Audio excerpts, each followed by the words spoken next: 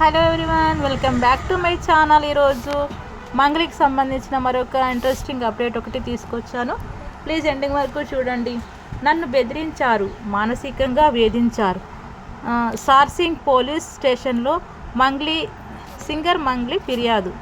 Micro finance పేరిట మోసాలకు పాల్పడ్డారనే ఆరోపణతో Panjagutta police స్టేషన్లో సింగర్ మంగ్లీపై కేసు నమోదైంది. అయితే తనపై అసత్య ప్రచారం చేస్తున్నారని సార్సింగ్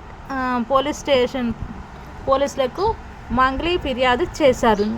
నకిలీ వీడియోలతో బ్లాక్మెయిల్ చేస్తున్నారంటూ న్యాయవాది సుభాష్ సింగబోస్పై కేసు పెట్టారు. తనను కావాలని ఒత్తిడి చేశారని, నిరాకరిస్తే అప్రతిష్ట పాలు చేస్తానని బెదిరించారని ఆరోపించారు. తన ఫ్యామిలీ తీవ్ర మానసిక ఒత్తిడికి గురయ్యారని, నిందితులపై చట్టపరమైన చర్యలు తీసుకోవాలని పోలీసులను కోరారు. సింగర్ మంగ్లీపై పంజాగుట్ట పోలీస్ స్టేషన్లో కేసు నమోదైన సంగతి తెలిసిందే. మైక్రో ఫైనాన్స్ పేరిట ఆమె 10 కోట్లు మోసం చేశారని ఓ న్యాయవాది పోలీసులను ఆశ్రయించారు. తనకు ప్రాణహాని ఉందని మంగ్లీ, ఆమె సోదరుడితో పాటు మరో 3 పోలీసులకు ఫిర్యాదు చేశారు. అయితే తనపై తప్పుడు ప్రచారం చేస్తున్నారంటూ మంగ్లీ తాజాగా పోలీసులను ఆశ్రయించారు.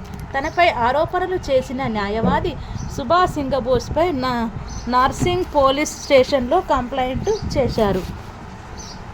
150 కోట్లకు మోసం చేశారంటూ తనపై సుభాష్ సింగబోస్ తప్పుడు ప్రచారం చేస్తున్నారని మంగ్లీ తన ఫిర్యాదులో పేర్కొన్నారు. మార్చి 21న సుభాష్ సింగ్ పేరుతో పరిచయం చేసుకున్న వ్యక్తి తనను బెదిరించాడని, అమర్యాదగా బెదిరించే ధోరణిలో మాట్లాడారని ఆమె వెల్లడించారు. తనను కలవాలని ఒత్తిడి చేశారని, నిరాకరిస్తే అప్రతిష్ట పాలు చేస్తానని బెదిరించారని ఆరోపించారు. తనకు ఎలాంటి సంబంధం లేని కరెన్సీ నోట్లు వీడియో చూపించి బెదిరించారని, మరో వ్యక్తితో కలిసి అవమానకరంగా మాట్లాడారని చెప్పారు.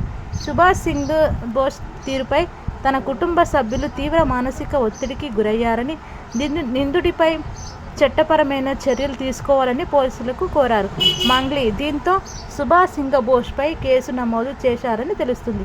మంగ్లీ పేరుతో మైక్రో ఫైనాన్స్ వ్యాపారం జరుగుతుందని, కోట్లలో మోసం చేస్తున్నారని గత కొన్నాళ్ళుగా సోషల్ మీడియాలో ప్రచారం జరుగుతుంది.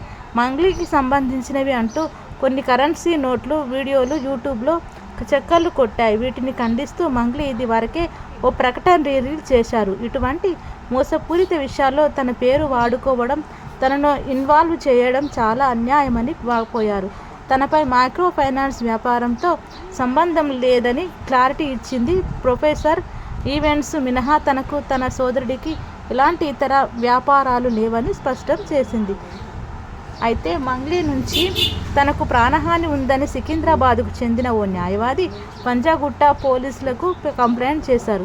మైక్రో ఫైనాన్స్తో అధిక లాభాలు వస్తాయని నమ్మబలికి గాయని మంగ్లీ, ఆమె సోదరుడు సహా మరికొంతమంది 10 కోట్ల వరకు మోసగించినట్లు కొందరు తనను కలిశారని, ఈ డబ్బులు రియల్ ఎస్టేట్ ట్రేడింగ్ వ్యాపారాల్లో పెట్టుబడి పెట్టి అధిక లాభాలు ఇస్తామని చెప్పి మోసం చేసినట్లు తనకు చెప్పారని ఆ న్యాయవాది పేర్కొన్నారు. సుమారు 150 మంది వ్యక్తుల నుంచి డబ్బు తీసుకుని పరారైనట్లు బాధితులు తెలిపారు.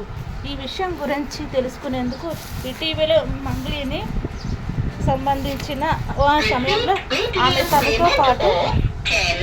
తనతో అవమానకరంగా మాట్లాడడం, తన న్యాయవాద వృత్తిని కించపరిచినారని ఆ న్యాయవాది ఆరోపించారు.